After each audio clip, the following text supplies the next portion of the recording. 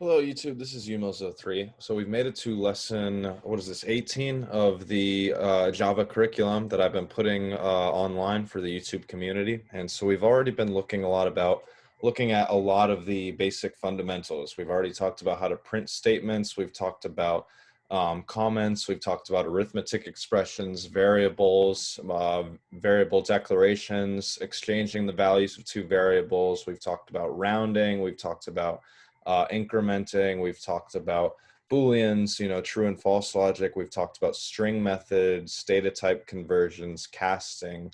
We've also talked about if and else if statements, talked about switch statement, while loops, for each loops, one-dimensional arrays, two-dimensional arrays, the character data type, escape sequences.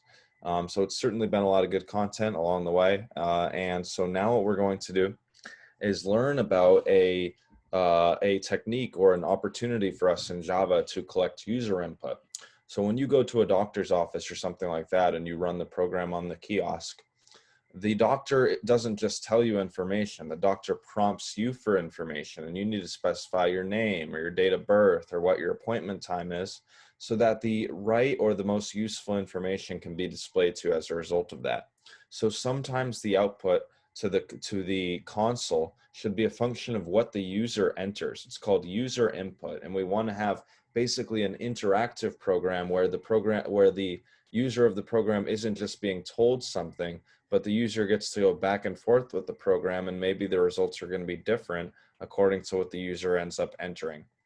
In order to have user input in Java, we need to use something called the scanner class. What I want you to do is go ahead and do Java Scanner API. So you might remember we've already looked at an API before. We've looked at least once or twice at the string class because we wanted to look at different string methods that we could use to operate on string objects. There's another important class that Java provides to us, and it's called scanner, and it's used for scanner input. So basically it's a text scanner, and it's able to basically listen to what the programmer is entering into the console, and then the program will run according to what the user has entered. And so this is a helpful technique, and it's something that you should try to make yourself familiar with. So the scanner has different methods available, and so what you want to do is read this documentation a little bit, but you only have to be familiar with a couple of the methods here. So what we're going to want to do is we're going to want to use the next int method. So basically what the next int method does is it would ask the user for an integer, okay? And it would allow that int to be saved within the program, like as a variable or something. So we can have next int. We can also have next. So if you just have the next function right here, that would basically be looking for a string. So maybe if you type in a word or something like, what's your favorite color? Red. Maybe we would call the next method to save that red so that we can remember what color the user entered for user inputs. That would be the next. And then you could also have next double. So what if you're looking for a floating point number? If you're looking for what was your GPA in college? Oh, it was a 3.4. Okay, so that's an example, next dot double. So we could save that user input into a floating point variable using this next double method.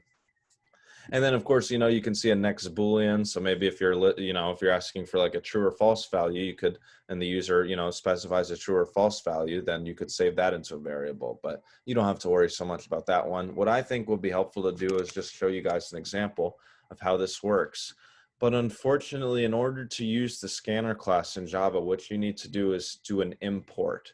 So you actually need to go to the very, very top of your class. So before any of the green, if you're using the Java IDE, before the class declaration, what you need to write is import java.util.Scanner semicolon. And you need to have that so that we can use Java's built-in functionality for the scanner class. And so we're going to figure out how this works.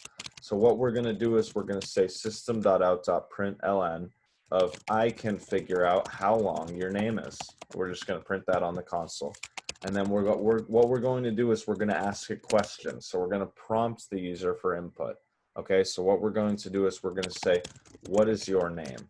Okay, and we're going to prompt the user for input and just say System.out.print, because at this point, what we're going to do is we're going to basically halt execution of the program until the user enters something. So here's what's going to happen.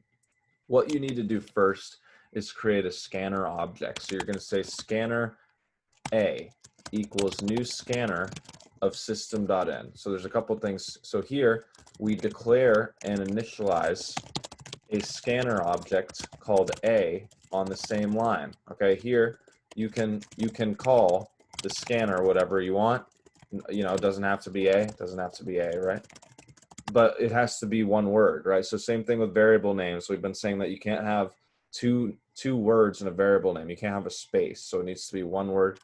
And then the second thing is you could also elect to declare and initialize the scanner object on two different lines, right? So we could have also said scanner A equals new scanner of system.in. Okay, so either way. And then what you're going to do is after you're ready to ask the user a question, you're going to say, basically you're going to save their result into a variable. So what you could do is you could say something like string name equals a.next.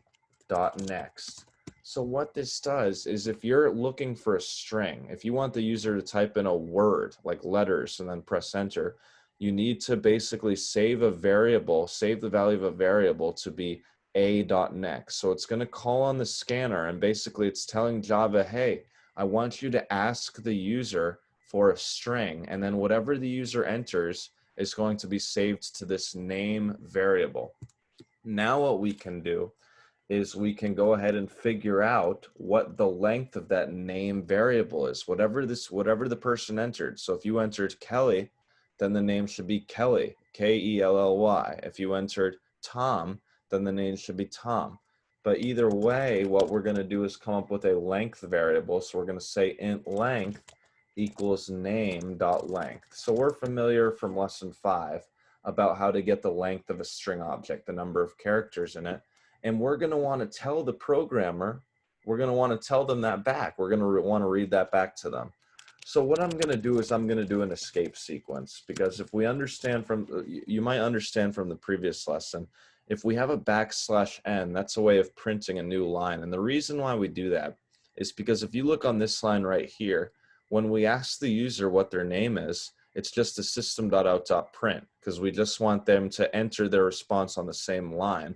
But if you don't print a new line, then the result of the code, you know, everything is just going to show up on the exact same line. So let's just go over to a fresh line, and then we're going to say your name has, and then whatever the length variable is, right? So we're figuring out the length of the string that the user entered when they were prompted for their name. So we would say your name has, and then we figured out that computation. We run the length method of the string class. So length, whatever that is, according to what the name variable was when the user entered it, your name has that many letters. And so now we're going to run this code, and hopefully it will work for a wide variety of different user inputs. So now what we're going to do is we're going to press compile, and then we're going to press close, and then we can go ahead and run this program. So like always, we're going to right click on the class, we're going to press void main string args and press OK. And you can look down here. So it says, I can figure out how long your name is. What is your name? And then you can have you can input anything that you want down here. It says type input and press enter to send to program. You're going to send information to the computer program that you built. So I'm just going to type in a name that's not mine. I'm going to type in something like Christina. And it says your name has 9 letters. So it literally parsed that string object. It saved my entry of Christina into a variable called name. It operates the length method on whatever that name variable is, whatever the value of it was, which is Christina. And it's able to return that result by concatenating that length, right? This is an int, but if you concatenate it with a string, then we just get this string output. Your name has 9 letters. Let's run it again on a different first name. How about just Bo? Your name has 2 letters. Let's run it again. Void main string args. It's a new method call every time. You're going to run the main method every time you want to run this program over again. So now you could say Derek. Derek has 5 letters. You could run it again. You could say something like, what if they say something, you know, so Rachel, that's 6, right? So this is pretty clear how this works, okay? So that's an example of using the scanner class. So what I want to do is I want to give you the procedure. So what is needed to use Scanner? The first thing that you need to do is import java.util.Scanner at the top of the class, okay? And I even have the semicolon here. You can't forget that little semicolon, okay? Just don't forget that. And then the second thing you do is you create a scanner object. And so here, that's the line that you see that I have highlighted right now. So scanner A equals new scanner of system.in. So you need to write new scanner of system.in, right? So here we have System.out.println if we're printing to the console, and System.in if the console, if the program is trying to collect information, okay? And it says, so then you create the scanner object, and then the second thing you need to do is ask a question. So you ask a question, you prompt the user for input, okay? And then what you can do is you would save their response to a variable, and then the last thing you do is use that information in some way. So those are the 5 steps of using the scanner class. So if we have to document those here, we could say this is step 1 up here. This is step 2, creating the scanner object. Step 3 is asking a question. What is your name? You know, you have to tell them what information you actually want from them. Number 4, you have to actually save the result. You have to save it to a variable. You have to say name is equal to, you know, the result of the .next method. And then the last thing that you do, you use it in some ways. This is sort of like 5A and 5B, right? It does a calculation, and then it prints out the results of that calculation. So hopefully all that's clear to you. So I'm going to sweep this away. So feel free to rewind. We're going to do one more example here. I want to stop this video in the next 4 or 5 minutes. Let's figure out how old someone is according to what year they were born. So let's assume that all birthdays were on January 1st or something. So it might be like 6 months off or something. But what you could do is you could say something like, you know, System.out.println, I bet I can guess your age, okay? And then what you would do is you could say something, and then now let's go ahead and create a scanner object. It doesn't matter exactly when you create the scanner objects, but obviously it has to be before the first time you ask a question, the first time you ask for input. So it can be after this first little thing that you print. So we could say scanner x equals new scanner of system.in. Okay, and you only need one scanner object. Even if you're going to ask 892,000 questions, you only need one scanner object. So what you would do is you would say something like System.out.print of what year were you born? And then this is going to be prompting for an integer, right? So what we're going to do is we're going to say int year born or something equals x.next int. So if you rewind back in the video, we looked at a couple of methods in the scanner API. We saw a next int if you want an integer, if you want to save an integer. You have a next double if you want to save a floating point number. You have a next if you just want to save like a string or a word. So those are basically the 3 big ones that you're probably going to be using the most frequently.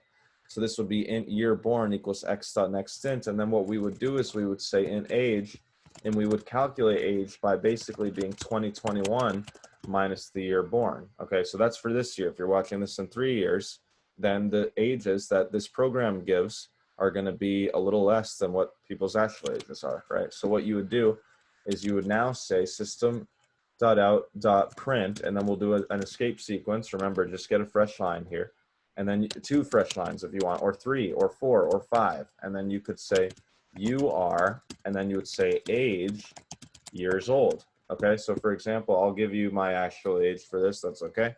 So then what you would do is you would go to class compiled, no syntax errors, and then you could go ahead and void main string args, and it says, I bet I can guess your age. What year were you born? So I'm going to say I was born in 1995, which is true. And it tells me that I'm 26 years old. And you can see how this could be used for different cases, right? So you could say, okay, what if you were a grandfather, right? So 1937, okay? So that would be 84 years old, okay? What if you were a little sister or something and you weren't born until 2001, okay? So that would be 20 years old. And just as a fun fact, I don't have a little sister. I have an older sister though. But anyway, you can see how it performs the computation. You can see how the scanner is capable of collecting user input. So remember those 5 steps. You need to import the scanner class. You need to create a scanner object. You need to ask a question. You need to save the answer, and then obviously use that information, use that answer for some productive purpose, because why else would you ask for user input in the program? So hopefully that gives you a sense of how to ask the programmer questions, how to come up with slightly more interesting programs. And we will be coming up with more examples using the scanner class going forward. So from UMOS 03, thanks for watching, and please subscribe.